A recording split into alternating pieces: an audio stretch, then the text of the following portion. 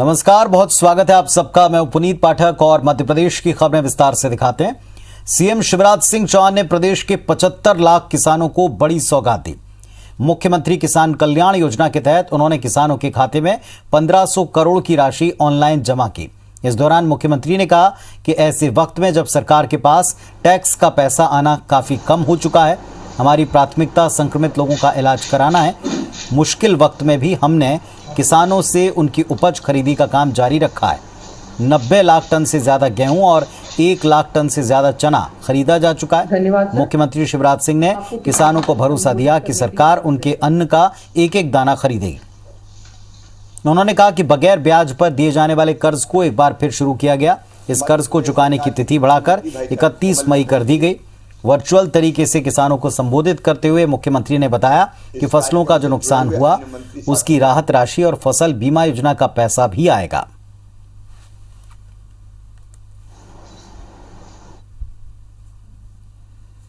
Corona की उन परिस्थितियों के बीच 75 लाख से ज्यादा किसानों के खाते में सिंगल क्लिक के माध्यम से ये राशि मैंने 1500 करोड़ सिंगल क्लिक के माध्यम से ये राशि मैंने 1500 करोड़ रुपए से ज्यादा की राशि आज उनके खाते में डाली है। और भोपाल से एक बड़ी खबर आपको बता दें, नागरिकों को मुफ्त कोरोना इलाज देने का मामला, इसमें पूर्व मुख्यमंत्री कमलनाथ ने बयान दिया। 14 महीने पहले हमारी सरकार ने फैसला लिया था, ये कहा है कमलनाथ ने। हमारा फैसला लागू करने में सरकार ने 14 महीने का वक्त लिया है। जनता को गुमराह करके झूठा श्रेय लेने की कोशिश मौजूदा बीजेपी सरकार कर रही है, आरोप है कमलनाथ का। फैसला लागू हो जाता तो कई लोगों को इसका सीधा लाभ मिलता। शिवराज जी को इसके लिए माफी मांगनी चाहिए, ये कहा है कमलनाथ ने।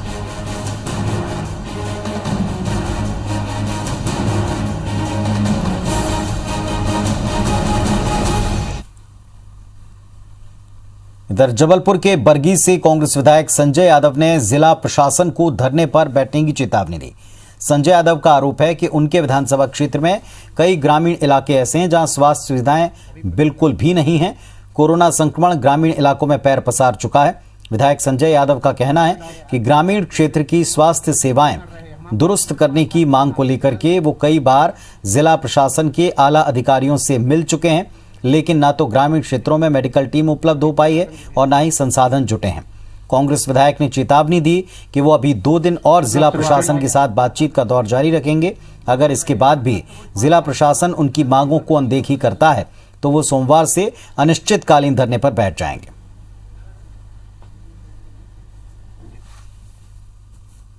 कोरोना बहुत ज़्यादा फैला हुआ है क्योंकि यहाँ कोई पर्याप्त संसाधन नहीं है। हमारा क्षेत्रीय एसडीएम या डॉक्टर या सीओ जनपद पंचायत मेहनत तो कर रहे, लेकिन जब डॉक्टरों की टीम ही नहीं रहेगी तो ये क्या कर लेंगे। इसके कारण वहाँ कोरोना बहुत बढ़ रहा और कोरोना को रोकथाम के लिए काम कर दिया तो ठीक है, धरना हम नहीं देंगे, लेकिन अगर नहीं किया तो हम धरना छोटी लेन में सोमवार से प्रारंभ कर देंगे। इंदौर जिले के 2 प्रमुख स्वास्थ्य अधिकारियों के इस्तीफा देने के बाद से जिले की स्वास्थ्य सेवाओं पर संकट के बादल मंडरा रहे हैं। कई दौर की बैठक के बाद में आखिरकार डॉक्टर्स को मना लिया गया। जिला स्वास्थ्य अधिकारी डॉक्टर पूर्णिमा गडरिया ने कलेक्टर मनीष सिंह पर बेवजह मीटिंग में दुर्व्यवहार करने का आरोप लगाया था। इसके बाद उन्होंने इस्तीफा दे दिया था। इसी तरह मानपुर के सीएमओ डॉक्टर तोमर ने महू एसडीएम अभिलाष मिश्रा पर अभद्र भाषा के प्रयोग का आरोप लगाते हुए इस्तीफा दिया। इन 2 इस्तीफों के बाद मंत्री तुलसी सिलावट ने अधिकारी और डॉक्टर्स के साथ में एक लंबी मीटिंग की। डॉक्टर्स की मांग थी कि कलेक्टर मनीष सिंह को हटाया जाए।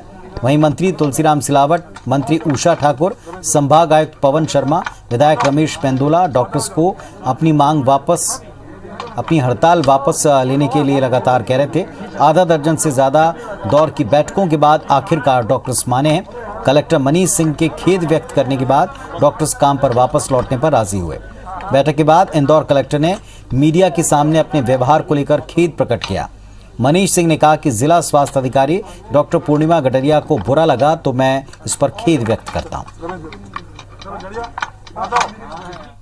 आपके माध्यम से इन्हें धन्यवाद देना चाहिए कि इन्होंने आपदा के समय सेवा का, इंदौर का भाव, इंदौर की जो आपने बोला उसकी चिंता के लिए सब कुछ छोड़कर अपनी सेवा में वापस प्रारंभ अभी से ही कर दिया है। माननीय मंत्री महोदय द्वारा हमारी जो मांगे हैं उनके प्रति हमको आश्वस्त किया गया है कि आपकी जो भी मांगे हैं वो मैंने ऊपर तक पहुंचाई है और उनका परिणाम आपको देखने को मिलेगा। शहर की स्थिति को देखते हुए कोरोना के कारण हमने अपनी मांगों को अनिश्चित काल के लिए स्थगित किया है और हम लोग सब काम पर लौट रहे हैं। अपने मरीजों के लिए सोचेंगे जिनको हमारी जरूरत है।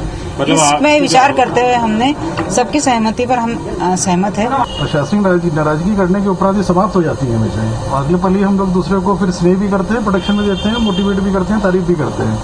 और हमने कहा अगर आपको लगा है बुरा तो बिल्कुल मैं खेद व्यक्त करता हूँ। जनता के लिए काम करना है सबको। अभी वो सब टीम सहमत थी उस बात के लिए कि हाँ साहब ये वक्त ऐसा नहीं है कि हम लोग आपस में कोई इशू आए, इसमें परिवार का आपस में मामला है, आपस में सुलझ गया। तेजी से फैलते कोरोना संक्रमण के हालात को देखते हुए पुलिस मुख्यालय ने पुलिसकर्मियों और उनके परिजनों के लिए 5 जिलों में कोविड हॉस्पिटल शुरू किए हैं। सबसे बड़ा कोविड अस्पताल राजधानी भोपाल में पुलिस मुख्यालय के पास खोला गया, जहां मूलभूत सुविधाओं से ऑक्सीजन सपोर्ट सिस्टम के साथ 16 बेड का कोविड हॉस्पिटल है। पुलिस विभाग के कर्मचारियों के लिए खोले गए इस अस्पताल का जायजा हमारे संवाददाता सत्येंद्र सिंह। अभी 2 दिन पहले अशोकनगर में एक मामला सामने आया था। एक महिला सब इंस्पेक्टर जो अपने पति के लिए ऑक्सीजन बेड उपलब्ध नहीं करा पाई थी, पति की मौत हो गई थी। महिला का एक वीडियो भी वायरल हुआ था, जो महिला सब इंस्पेक्टर फर्श पर बिलख कर पति के साथ लिपट कर रो रही थी।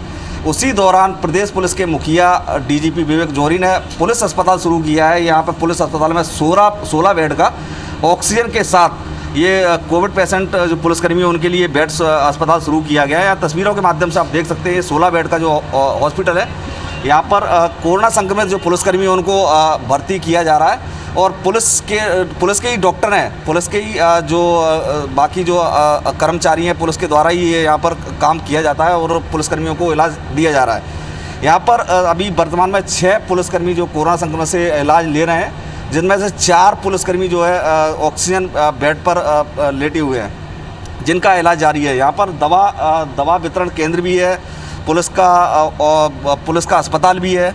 इसी के साथ डीजीपी विवेक जौहरी ने जो 5 जिलों में जो हॉस्पिटल शुरू किए हैं, जिनमें इंदौर है, बुरहानपुर है और दतिया है, ऐसे 5 जिलों में शुरू किया गया। और लगातार डीजीपी विवेक जौहरी की मंशा है कि बाकी जो 52 जिले हैं उनमें भी ये अस्पताल शुरू किया जाए।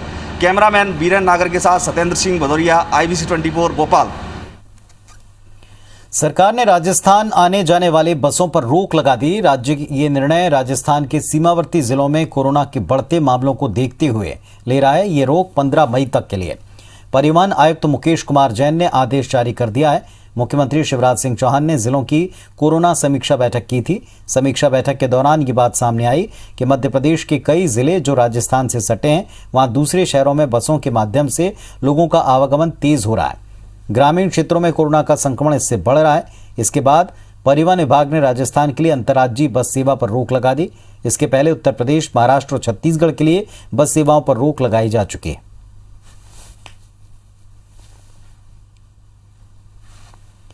और हमारे सहयोगी नासिर गौरी इस वक्त हमारे साथ ग्वालियर से जुड़े हैं। नासिर, इस वक्त कई सारे ऐसे रूट हैं जिनके ऊपर संक्रमण को देखते रोक लगी है, इसमें एक और रूट शामिल हुआ है।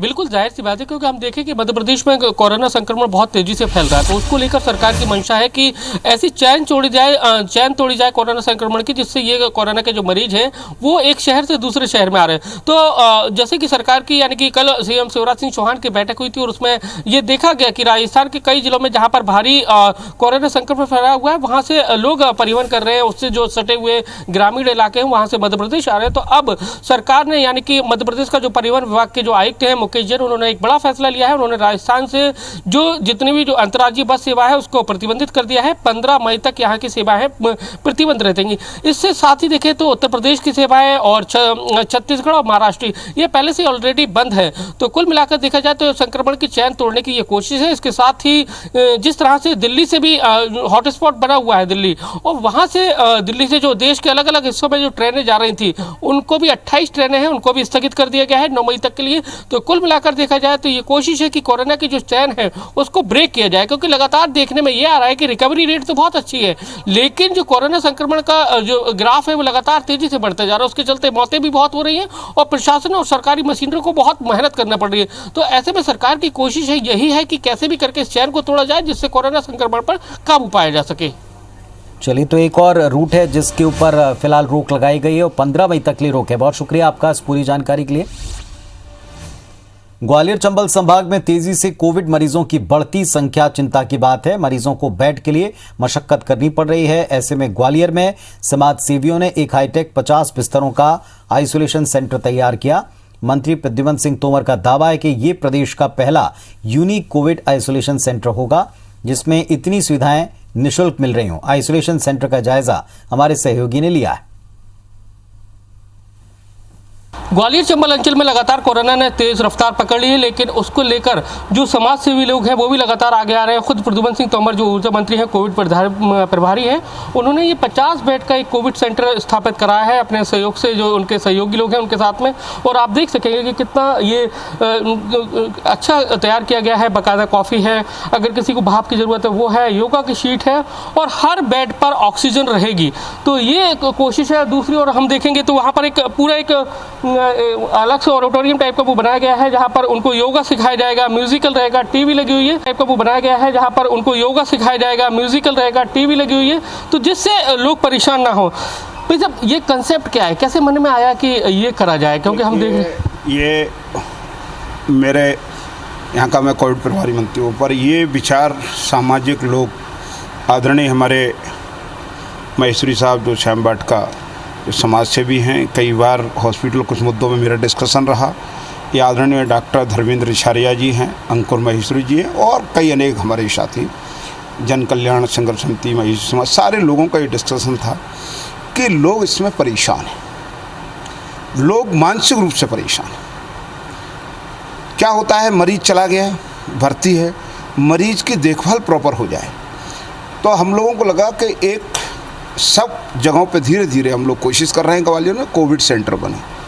मंत्री जी ने कहा कुछ ऐसा करो कि मेरे गरीब लोगों को निःशुल्क मिल जाए।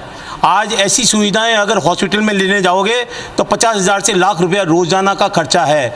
मेरा ग्वालियर का गरीब लाएगा कहाँ से? उसके पास मरने के अलावा कोई चारा नहीं है। तो मंत्री जी की इच्छा थी कि आरपी जी आप कुछ ऐसा करो कि मजा आ जाए। जो इलाज प्राइवेट में नहीं करा सकता उसके लिए ऐसी सुविधा है कि जो कि हर आदमी को, हर प्राइवेट हॉस्पिटल को करनी चाहिए, गवर्नमेंट को करनी चाहिए। तो आप देख सकते हैं कि 50 ऑक्सीजन वाले बेड हैं, ये तैयार किए गए हैं और लगातार हम देख रहे हैं कि समाज सेवी लोग हैं वो आगे आ रहे हैं बढ़ चढ़कर, और कहीं ना कहीं से लोग और समाज के लोग भी इंप्रेशन लेंगे, मतलब प्रेरणा लेंगे और आगे बढ़ेंगे। कैमरामैन लोकेंद्र पाल के साथ नासिर खरी, IBC 24 ग्वालियर। भोपाल में 18 साल से ज्यादा उम्र के युवाओं को वैक्सीन लगाने के काम में तेजी लाने वैक्सीनेशन सेंटर बढ़ाए जा रहे हैं। शनिवार से शहर में 22 सेंटर पर कोविड टीकाकरण होगा। फिलहाल इन 22 सेंटर्स के नाम जारी नहीं हुए। पिछले 2 दिन में सिर्फ एक सेंटर पर 18+ का टीकाकरण हो रहा है। इस बीच भोपाल में बुधवार को 18+ आयु वाले 97 युवाओं को वैक्सीन लगाई गई। सेकेंड स्टॉप स्थित नवीन कन्या स्कूल में मंगलवार को 18+ और 45+ वालों का वैक्सीनेशन सेंटर एक साथ बन जाने से काफी भीड़ बढ़ गई। इसे देखते हुए स्वास्थ्य विभाग ने 45+ वाले लोगों को वैक्सीन लगवाने की जगह बदल दी। उन्हें 5 नंबर स्थित सरस्वती स्कूल में वैक्सीन लगाई जा रही है। ज्यादा से ज्यादा युवाओं को वैक्सीन का पहला डोज लगाया जा सके, इसलिए अब सेंटर्स की संख्या बढ़ाई जा रही है।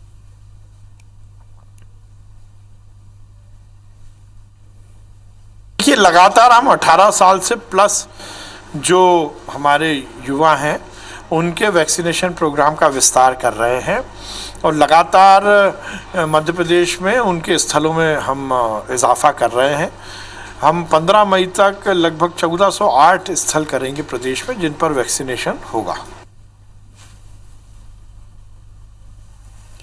मध्य प्रदेश में मरीजों को बचाने और संक्रमण को रोकने के लिए जो इंजेक्शन दिए जा रहे हैं उनके बंटवारे में बड़ी खामियां नजर आ रही। प्रदेश में अभी 9,204 कोरोना संक्रमित आईसीयू में भर्ती हैं, जबकि 21,000 से ज्यादा मरीज ऑक्सीजन पर जीवित हैं। सूत्रों के मुताबिक 23 अप्रैल से 4 मई तक राज्य सरकार ने 7 कंपनियों से तकरीबन 1,60,000 रेमडेसिविर इंजेक्शन खरीदे, लेकिन इनमें से 1 लाख से ज्यादा इंजेक्शन सिर्फ भोपाल, इंदौर, ग्वालियर, उज्जैन और जबलपुर में बांटे गए। कई जिलों के निजी अस्पतालों को एक भी इंजेक्शन नहीं मिला। यही हाल 40,000 रुपए वाले इंजेक्शन टॉलिसिलिजुमब का है। 3 दिन पहले केंद्र सरकार ने इसके 200 डोज मिले, लेकिन इसमें 80 डोज भोपाल, 100 इंदौर, 4 रीवा, कुछ ग्वालियर और एक डोज 2 से 3 जिलों में बांटे गए। बाकी 45 जिलों को कुछ भी हासिल नहीं हुआ, जबकि छोटे शहरों और जिलों में संक्रमण अब तेजी से फैल रहा है। हालांकि चिकित्सा शिक्षा मंत्री विश्वास सारंग का यह कहना है कि आपूर्ति और सप्लाई में पारदर्शिता है। जिन जिलों में सीरियस मरीज थे, उन जिलों में जरूरत के मुताबिक रेमडेसिविर भेजी गई है। हमारी सरकार ने इस पूरे रेमडेसिविर की आपूर्ति और इसके डिस्ट्रीब्यूशन का युक्तियुक्तकरण किया हुआ है। जिन शहरों में अस्पतालों में जितने मरीज भर्ती हैं, उस हिसाब से इसकी आपूर्ति हो रही है, इसका डिस्ट्रीब्यूशन हो रहा है।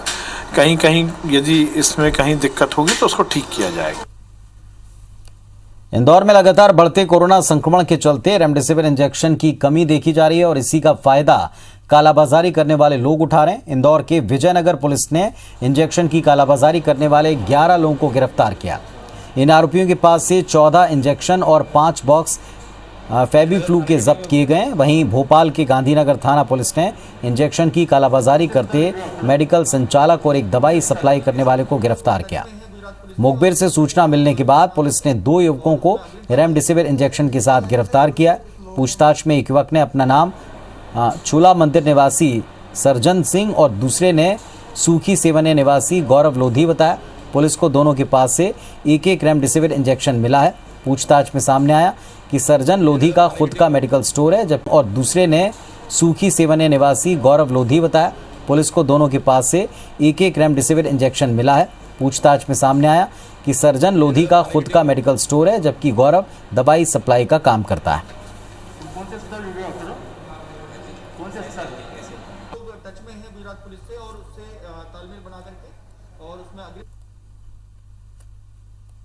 बिल्कुल, ये एक बड़ी कार्रवाई है। अभी तक हमने बताया कि अकेले जो है विजयनगर थाना ने ही 11 आरोपियों को गिरफ्तार किया और 11 आरोपियों पे अभी कल जो है हम 6 आरोपियों के खिलाफ एनएसए तैयार करके भेज चुके हैं और जो बचे हुए हैं उनके खिलाफ आज हम एनएसए तैयार करके भेज देंगे। तो टोटल जितने भी कालाबाजारी के केसेस पकड़े जा रहे हैं उसमें सब में 100% एनएसए की कार्रवाई हुई।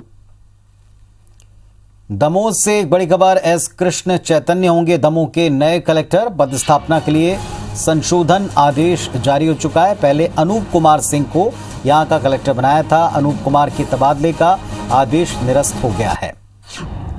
तो एक बड़ी और अहम खबर आपको बता दें, दमोह में अब एस कृष्ण चैतन्य नए कलेक्टर होंगे।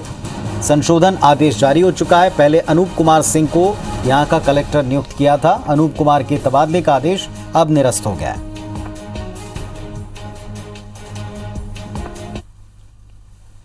सिंगरौली के देवसर में जियावन पुलिस टीम पर कोरोना कर्फ्यू का पालन करवाने के दौरान हमला हुआ। देवसर इलाके में कुछ व्यापारी दुकान खोलकर बैठे हुए थे। पुलिस ने बलपूर्वक उन्हें बंद कराने का प्रयास किया, जिस पर स्थानीय ग्रामीण और व्यापारी भड़क गए। इस दौरान व्यापारी और स्थानीय ग्रामीणों ने मिलकर पुलिस पर हमला बोल दिया। गाली गलौज करते हुए पुलिस को वहां से खदेड़ दिया। जान बचाकर पुलिसकर्मी थाने की तरफ भागे। घटना की सूचना पाकर जिला मुख्यालय से भारी संख्या में पुलिस बल देवसर के लिए रवाना किया गया। ग्रामीणों का आरोप है कि पुलिस ने जबरन उनके साथ मारपीट की।